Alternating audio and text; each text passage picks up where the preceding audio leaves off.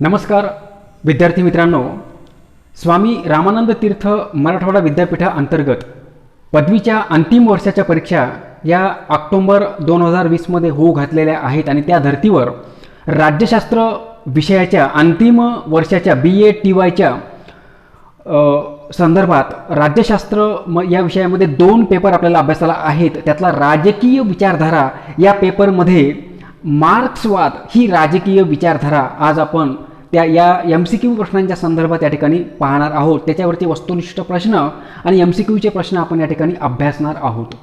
विद्यार्थी मित्रांनो, जे काही प्रश्न तुम्हाला परीक्षेमध्ये विचारले जाणार आहेत त्याच धर्तीवर आपण हे वस्तुनिष्ठ प्रश्न या ठिकाणी तयार केलेले असून परीक्षेसाठी तुम्हाला उपयुक्त ठरू शकतात. आणि म्हणून राजकीय विचारधारा आणि या राजकीय विचारधारेमध्ये मार्क्सवाद या मार्क्सवादी राजकीय विचारधारेवरचे वस्तुनिष्ठ प्रश्न आपण या ठिकाणी समजून घेऊया. विद्यार्थी मित्रांनो, राजकीय विचारधारा म्हणून मार्क्सवाद या संकल्पनेचा विचार करत असताना कार्ल मार्क्स यांनी ही मार्क्सवाद विचारधारा मांडलेली आपल्याला दिसते. म्हणजे एकूण कार्ल मार्क्स जे तत्वज्ञान आहे ते संपूर्ण तत्वज्ञान मार्क्सवाद या नावाने ओळखल्या जातं. ही गोष्ट आपल्याला लक्षात घ्यायची आहे. संपूर्ण जगावर ज्या विचारधारेने आपला प्रभाव निर्माण केला ती विचारधारा म्हणजे मार्क्सवादी विचारधारा होय. आणि म्हणून कार्ल मार्क्सच्या या मार्क्सवादी विचारधारेचं महत्त्व हे खूप मोठ्या प्रमाणात असलेलं आपल्याला दिसतं. एकूणच या मार्क्सवादाचा संदर्भ बघत असताना समताधिष्ठित समाज व्यवस्थेचं समर्थन करणारी विचारधारा, श्रमिकांच्या बाजूने कामगारांच्या बाजूने त्यांचं हित साध्य करण्यासाठी ही विचारधारा सामाजिक न्यायाच्या धर्तीवर या ठिकाणी व्यक्त झालेली आपल्याला दिसते.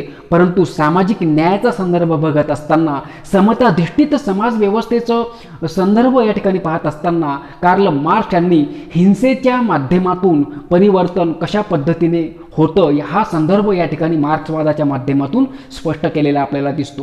म्हणून मार्क्सवादी विचारधारेच्या संदर्भात काही वस्तुनिष्ठ प्रश्न आपल्याला पुढील प्रमाणे सांगता येऊ शकतात.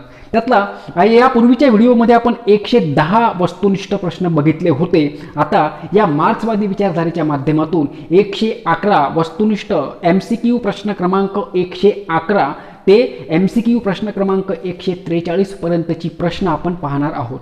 त्यातला मार्क्सवादी विचारधारेवर आधारित असलेले हे प्रश्न असणार आहेत.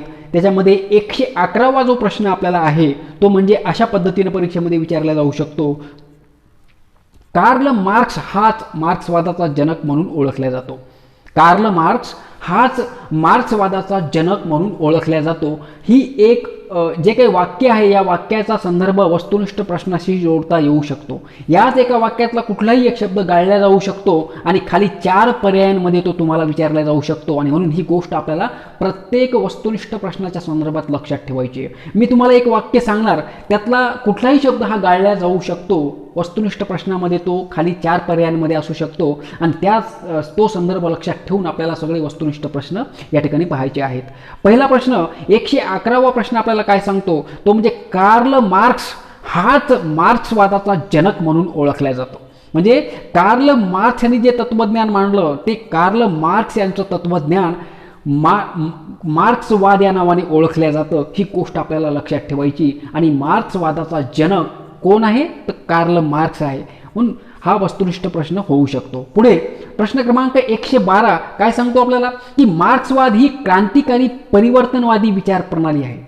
मार्क्सवाद ही क्रांतिकारी आणि परिवर्तनवादी विचारसरणी आहे आणि म्हणून हाही एक महत्त्वपूर्ण वस्तुनिष्ठ प्रश्न या ठिकाणी सांगता येऊ शकतो. विद्यार्थी मित्रांनो, यानंतर 113वा जो प्रश्न आहे त्या 113व्या प्रश्नामध्ये आपण ज्या वेळेला बघतो त्यावेळेला आपल्याला असं दिसतं की मार्क्सने द्वंद्वात्मक भौतिकवादाचा आधार घेऊन, कार्ल मार्क्स यांनी द्वंद्वात्मक भौतिकवादाचा आधार घेऊन मानवी इतिहासाचं विश्लेषण केलेलं आहे. कार्ल मार्क्सने रिकामी जागाचा आधार घेऊन मानवी इतिहासाचे विश्लेषण केले आहे असा प्रश्न तुम्हाला वस्तुनिष्ठ स्वरूपामध्ये विचारला जाऊ शकतो. त्यावेळेला द्वंद्वात्मक भौतिकवाद हा शब्द तुम्हाला त्या ठिकाणी लक्षात असला पाहिजे किंवा याशिवाय इतरही शब्द गाळले जाऊ शकतात आणि प्रश्न तुम्हाला विचारला जाऊ शकतो. म्हणून मार्क्सने द्वंद्वात्मक भौतिकवादाचा आधार घेऊन मानवी इतिहासाचे विश्लेषण केले आहे हा एक वस्तुनिष्ठ प्रश्न म्हणून परीक्षेला येऊ शकतो. पुढे प्रश्न क्रमांक 114 काय सांगतो आपल्याला 114 मध्ये असं सांगितलेलं आहे की कार्ल मार्क्स यांचा जन्म 5 मे 1818 मध्ये जर्मनीतील ट्रिब्ज या गावात झालेला आहे. कार्ल मार्क्सचा जन्म 5 मे 1818 मध्ये जर्मनीतील ट्रिब्ज या गावात झालेला आहे. बघा, याच्यामध्ये 3 असे शब्द आहेत की ते प्रभावी आहेत. कुठला? की कार्ल मार्क्सचा जन्म कधी झाला, कोणत्या देशात झाला आणि कोणत्या गावात झाला. हे 3 शब्द तुम्हाला लक्षात ठेवणं गरजेचे आहेत. 3 प्रकारचे वेगवेगळे 3 वस्तुनिष्ठ प्रश्न या एकाच वाक्यात तयार होतात, ही गोष्ट तुम्हाला लक्षात घ्यायची. कार्ल मार्क्सचा जन्म 5 मे 1818 झाला. कोणत्या देशात झाला? जर्मनीत झाला. आणि कार्ल मार्क्स कोणत्या गावात जन्माला आला? तर जर्मनीमधील ट्रिब्ज या गावामध्ये त्याचा जन्म झाला. हे संदर्भ वस्तुनिष्ठ प्रश्न म्हणून विचारले जाऊ शकतात. पुढे 115वा प्रश्न काय सांगतो आपल्याला? की हेगेलच्या द्वंद्वात्मक विचारांचा, हेगेल हा एक राजकीय विचारवंत आहे, हेगेलच्या द्वंद्वात्मक विचारांचा कार्ल मार्क्सवर फार मोठा प्रभाव पडला. हेगेलच्या द्वंद्वात्मक विचारांचा फार मोठा प्रभाव कार्ल मार्क्स यांच्यावर पडलेला दिसतो. हा सुद्धा वस्तुनिष्ठ प्रश्न येऊ शकतो.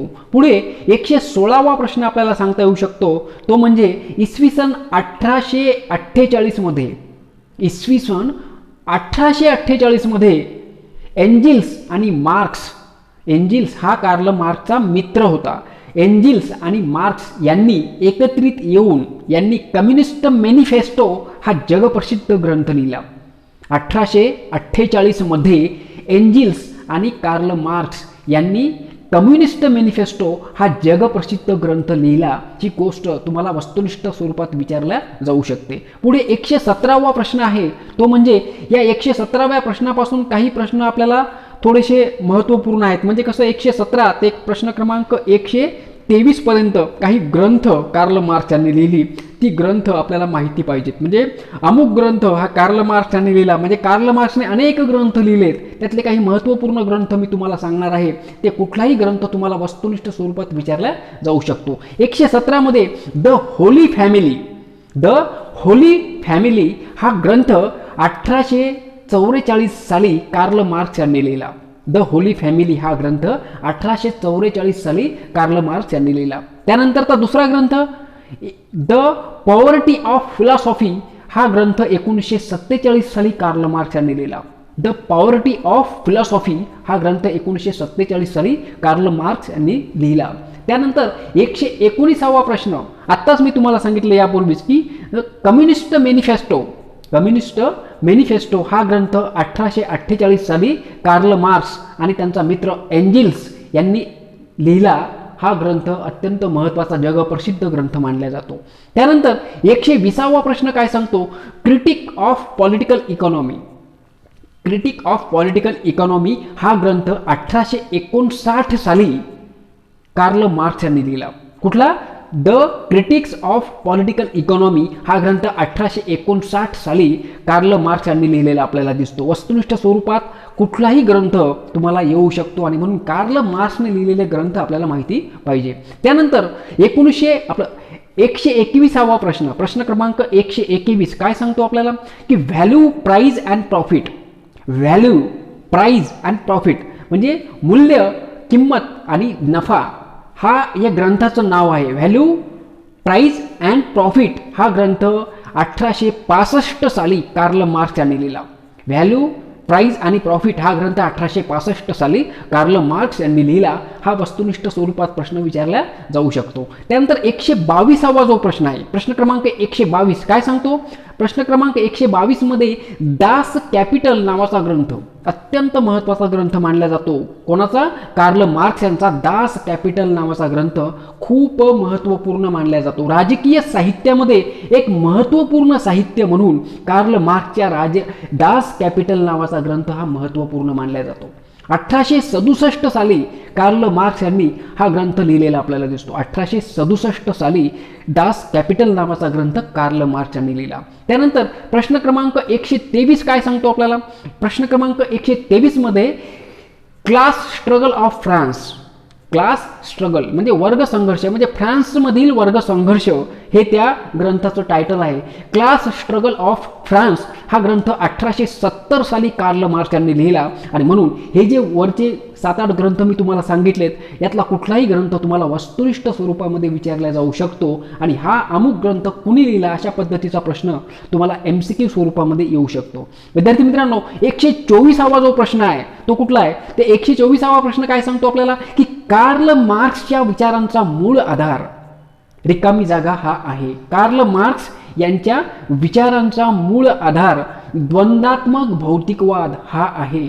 हा प्रश्न तुम्हाला MCQच्या स्वरूपात येऊ शकतो. पुढे प्रश्न क्रमांक 125 काय सांगतो आपल्याला? 125 मध्ये सांगितलेलं आहे की कार्ल मार्क्सने 2 वर्गांचे समर्थन केलेले आहे. मग कार्ल मार्क्सने किती वर्गांचे समर्थन केले? तर खाली पर्याय असू शकतात 1, 2, 3 का 4. तर कार्ल मार्क्सने 2 वर्गांचे समर्थन केले. मग ते 2 वर्ग कुठले होते? ज्या 2 वर्गांचं समर्थन कार्ल मार्क्सने केलं ते 2 वर्ग कुठले होते? तर एक श्रमिक वर्ग, त्याला आपण कामगार वर्ग सुद्धा म्हणू शकतो, आणि दुसरा भांडवलदार वर्ग. श्रमिक वर्ग आणि भांडवलदार वर्ग या 2 वर्गांचं समर्थन आपल्या एकूण विचारांच्या माध्यमातून मार्क्सवादामध्ये कार्ल मार्क्स यांनी केलेलं आपल्याला दिसतं. आणि म्हणून कार्ल मार्क्सने 2 वर्गांचे समर्थन केले होते.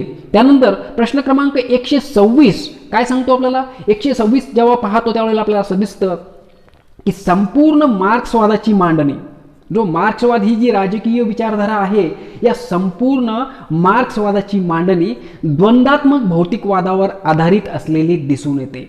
संपूर्ण मार्क्सवादाची मांडणी ही द्वंद्वात्मक भौतिकवादावर आधारलेली दिसून येते. आणि म्हणून हाही प्रश्न या ठिकाणी महत्त्वपूर्ण मानला जातो. पुढे प्रश्न क्रमांक 127 काय दिसतं? 127 मध्ये 127 आपल्याला हे सांगतो की कार्ल मार्क्स यांनी द्वंद्वात्मक भौतिकवादाचा आधार घेऊन, बघा लक्षपूर्वक जर तुम्ही ऐकलं तर बऱ्याच गोष्टी तुम्हाला वस्तुनिष्ठ स्वरूपामध्ये कमीत कमी वेळेमध्ये तयार करता येऊ शकतात.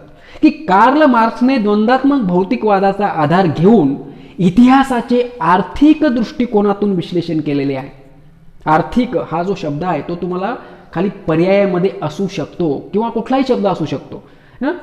या ठिकाणी काय सांगितलंय? पुन्हा मी तुम्हाला एकदा तो प्रश्न सांगतो की कार्ल मार्क्सने द्वंद्वात्मक भौतिकवादाचा आधार घेऊन इतिहासाचे आर्थिक दृष्टिकोनातून विश्लेषण केले आहे. आणि म्हणून हाही प्रश्न अत्यंत महत्त्वपूर्ण मानला जातो. प्रश्न क्रमांक 128 काय सांगतो? 128वा प्रश्न आपल्याला हे सांगतो की कार्ल मार्क्स यांच्या म्हणण्यानुसार मानवी जीवनाचा इतिहास हा वर्ग संघर्षाचा इतिहास आहे.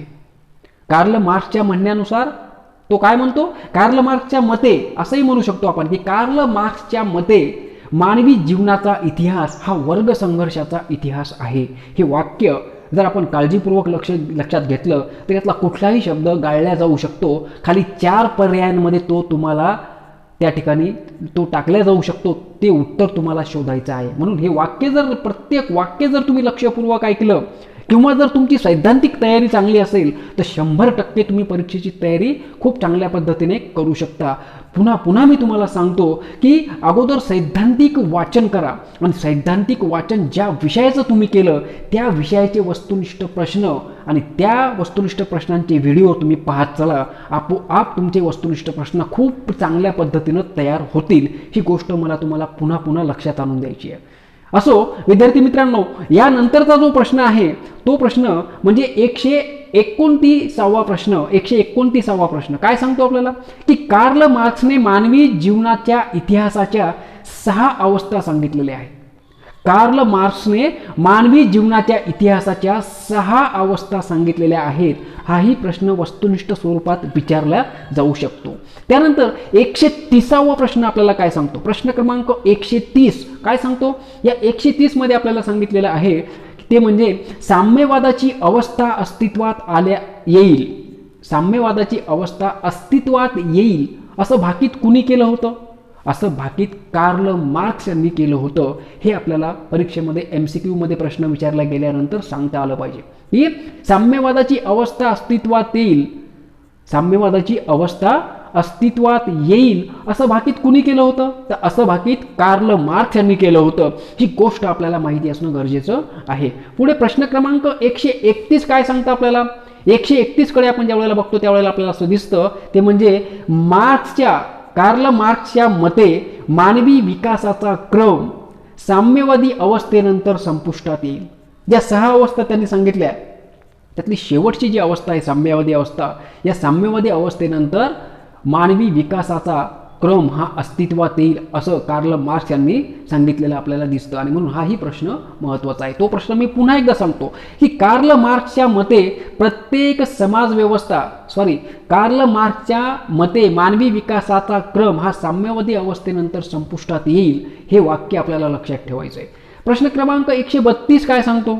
132 मध्ये अशा पद्धतीनं सांगितलेलं आहे की कार्ल मार्क्सच्या मते मानवी विकासाचा क्रम हा साम्यवादी अवस्थेनंतर संपुष्टात येईल. हा प्रश्न महत्त्वाचा आहे, याच्यावर आपल्याला लक्ष केंद्रित करणं गरजेचं आहे. प्रश्न क्रमांक 133 आपल्याला काय सांगतो? तर 133 मध्ये असं सांगितलेलं आहे की साम्यवाद ही मानवी विकासाची अंतिम अवस्था आहे. साम्यवाद ही मानवी विकासाची अंतिम अवस्था आहे असं कोण म्हणतं? असं कार्ल मार्क्स म्हणतो.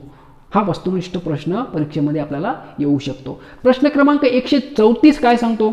134 मध्ये असं सांगितलेलं आहे की कार्ल मार्क्स यांनी वर्ग संघर्षाचा सिद्धांत मांडला किंवा वर्ग संघर्षाचा सिद्धांत रिकामी जागा या विचारवंतांनी मांडला. कुणी मांडला?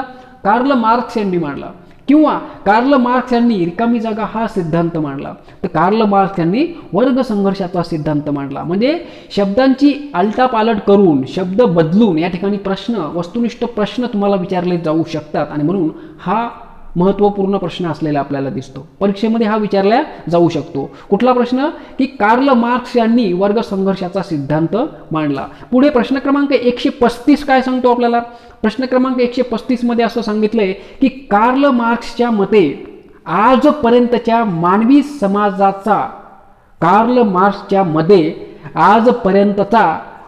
समाजाचा ज्ञात इतिहास हा वर्ग संघर्षाचा इतिहास आहे. असं कोण म्हणतं? असं कार्ल मार्क्स म्हणतो. काय म्हणतो तो? कार्ल मार्क्सच्या मते आजपर्यंतचा मानवी समाजाचा ज्ञात इतिहास, ज्ञात म्हणजे माहीत असलेला इतिहास, हा वर्ग संघर्षाचाच इतिहास होय असं कार्ल मार्क्स यांनी म्हणलेलं आहे. आणि म्हणून याच्यावर लक्ष केंद्रित करणं गरजेचं आहे. आजपर्यंत प्राचीन काळापासूनचा इतिहास आणि त्या इतिहासाचं विश्लेषण करत कार्ल मार्क्स असं सांगतो की जेव्हापासून मानव जात अस्तित्वात आहे, ज्ञात असलेला जो काही इतिहास मानवाला माहीत आहे तेव्हापासूनचा इतिहास आपण जर पाहिला तर हा वर्ग संघर्षाचाच इतिहास आहे असं कार्ल मार्क्स यांनी आपल्या तत्वज्ञानामध्ये स्पष्ट केलेलं आपल्याला दिसतं. आणि म्हणून हाही प्रश्न वस्तुनिष्ठ स्वरूपात विचारला जाऊ शकतो. पुढे प्रश्न क्रमांक 136 मध्ये काय सांगितलंय? 136 असं सांगतो की भांडवलशाही अवस्थेतच तिच्या विनाशाची बीजे असतात. भांडवलशाही अवस्थेमध्येच तिच्या विनाशाची बीजे असतात असं प्रतिपादन कुणी केलं? असं प्रतिपादन कार्ल मार्क्स यांनी केलं. भांडवलशाही अवस्थेमध्येच तिच्या विनाशाची बीजे असतात असं प्रतिपादन कार्ल मार्क्स यांनी केले. हा प्रश्न वस्तुनिष्ठ स्वरूपात विचारला जाऊ शकतो. त्यानंतर विद्यार्थी मित्रांनो 137 प्रश्न क्रमांक 137 आपल्याला काय सांगतो? तर 137 मध्ये असं म्हणलंय की कार्ल मार्क्सने दास कॅपिटल या ग्रंथात, जो ग्रंथ त्यांनी 1867 ला लिहिलाय तो दास कॅपिटल हा ग्रंथ, कार्ल मार्क्स यांनी दास कॅपिटल या ग्रंथात अतिरिक्त मूल्याचा सिद्धांत मांडलाय. अतिरिक्त मूल्याचा सिद्धांत कुणी मांडला? कार्ल मार्क्स यांनी मांडला. कुठल्या ग्रंथात मांडला? दास कॅपिटल या ग्रंथात मांडला. दास कॅपिटल हा ग्रंथ कोणत्या वर्षी त्यांनी लिहिला? तो 1867 साली लिहिला. हे सगळे संदर्भ आपल्याला मुखपाठ असणं गरजेचं आहे. अत्यंत सोपे संदर्भ आहेत. सैद्धांतिक वाचन केल्यानंतर हे लक्षात राहतात. हीच गोष्ट मला तुम्हाला सांगायची आहे. त्यानंतर 138वा जो प्रश्न आहे तो काय सांगतो आपल्याला की 138व्या प्रश्नामध्ये कार्ल मार्क्सच्या मते सर्व सामाजिक समस्यांची निर्मिती भांडवलशाहीचा परिपाक आहे असं कार्ल मार्क्स म्हणतो. समाजातल्या ज्या सर्व सामाजिक समस्या आहेत त्या सर्व समस्यांची निर्मिती हा भांडवलशाहीचाच परिपाक आहे किंवा परिणाम आहे असं कार्ल मार्क्स या ठिकाणी सांगतात. हा वस्तुनिष्ठ प्रश्न तुम्हाला विचारला जाऊ शकतो. काय सांगतो तो प्रश्न? पुन्हा एकदा ऐका, लक्षपूर्वक ऐका. कार्ल मार्क्सच्या मते सर्व सामाजिक समस्यांची निर्मिती हा भांडवलशाहीचाच परिपाक आहे किंवा परिणाम आहे. भांडवलशाहीलाच ते कारणीभूत ठरवतात सामाजिक समस्यांसाठी, आणि म्हणून भांडवलशाही हीच सगळ्या समस्यांची जननी आहे असं ते स्पष्ट करत असताना आपल्याला दिसतात. विशेषतः सामाजिक समस्यांची जननी असल्याचं ते सांगतात, आणि म्हणून हाही वस्तुनिष्ठ प्रश्न ठरू शकतो. पुढे प्रश्न क्रमांक 139 काय सांगतो आपल्याला? 139 मध्ये असं सांगितलेलं आहे की कार्ल मार्क्स राज्याला एक वर्गीय संस्था मानतो. कार्ल मार्क्स राज्याला एक वर्गीय संस्था मानतो. कार्ल मार्क्स राज्याला एक वर्गीय संस्था मानतो. कार्ल मार्क्स राज्याला रिकामी जागा संस्था मानतो. खाली पर्यायामध्ये वर्गीय हा शब्द असू शकतो, म्हणून या गोष्टी लक्षात ठेवणं गरजेचं आहे. प्रश्न क्रमांक 140 काय सांगतो? 140 मध्ये सांगितलेलं आहे की कार्ल मार्क्सच्या मते राज्य म्हणजे शोषण करणारी संस्था आहे. कार्ल मार्क्सच्या मते रिकामी जागा म्हणजे शोषण करणारी संस्था आहे. राज्य हा शब्द खाली 4 पर्यायात असू शकतो. कार्ल मार्क्सच्या मते राज्य म्हणजे शोषण करणारी यंत्रणा आहे. मार्क्स राज्याला शोषण करणारी यंत्रणा मानतो, राज्याला अयोग्य मानतो, राज्य संस्था अस्तित्वात नसावी असं तो म्हणतो, आणि म्हणून कार्ल मार्क्सच्या एकूण तत्वज्ञानामध्ये आपण पाहिलं तर कार्ल मार्क्सच्या मते राज्य म्हणजे एक शोषण करणारी संस्था आहे. ही गोष्ट आणि हे वाक्य खूप महत्त्वपूर्ण आहे की वस्तुनिष्ठ स्वरूपात ते विचारल्या जाऊ शकतं. पुढे प्रश्न क्रमांक 141 मध्ये काय सांगितलं की मार्क्स राज्याला अनावश्यक संस्था मानतो. मार्क्स राज्याला अनावश्यक संस्था मानून राज्याच्या विलिनीकरणावर विश्वास ठेवतो. आत्ताच मी तुम्हाला सांगितलं की राज्याला कार्ल मार्क्स अनावश्यक संस्था मानतो, की राज्याची आवश्यकता नाहीये असं त्याचं मत आहे, ठाम मत आहे, आणि तो राज्य हे भविष्यात नष्ट होईल या गोष्टीवर त्याचा पूर्ण विश्वास असलेला आपल्याला दिसतो. आणि म्हणून त्याचं काय वाक्य दिसतं आपल्याला की मार्क्स राज्याला अनावश्यक संस्था मानून राज्याच्या विलिनीकरणावर म्हणजे राज्याच्या ह्रासावर, राज्याच्या अंतावर त्याचा पूर्ण विश्वास असलेला आपल्याला दिसतो. वस्तुनिष्ठ स्वरूपात हा प्रश्न विचारला जाऊ शकतो. पुढे प्रश्न क्रमांक 142 काय सांगतो आपल्याला? 142व्या प्रश्नामध्ये असं दिसतं की कार्ल मार्क्सच्या म्हणण्यानुसार राज्याचा आधार वर्ग आहे. कार्ल मार्क्सच्या म्हणण्यानुसार राज्याचा आधार वर्ग आहे. हा एक महत्त्वपूर्ण प्रश्न दिसतो. आणि शेवटचा प्रश्न क्रमांक 143 काय सांगतो की कार्ल मार्क्सच्या मते कामगार वर्गाच्या म्हणजेच कामगार वर्गाला तो सर्वहारा वर्ग म्हणतो. सर्वहारा वर्ग कामगार वर्गाच्या म्हणजेच सर्वहारा वर्गाच्या क्रांतीनंतर वर्ग संघर्ष संपुष्टात येईल असं कार्ल मार्क्स म्हणतो. तो काय म्हणतो? मार्क्सच्या मते कामगार वर्गाच्या म्हणजेच सर्वहारा वर्गाच्या क्रांतीनंतर वर्ग संघर्ष संपुष्टात येईल आणि कामगारांचं राज्य असेल अशा पद्धतीचा विचार त्यानं मांडलेला आहे. थोडक्यात काय तर प्रश्न क्रमांक 111 ते 143 पर्यंतची प्रश्न मार्क्सवाद या राजकीय विचारधारेच्या संदर्भातले आहेत. ही गोष्ट तुम्हाला लक्षात ठेवायची. सैद्धांतिक वाचन करा. सैद्धांतिक वाचन केल्यानंतर हा व्हिडिओ बघा.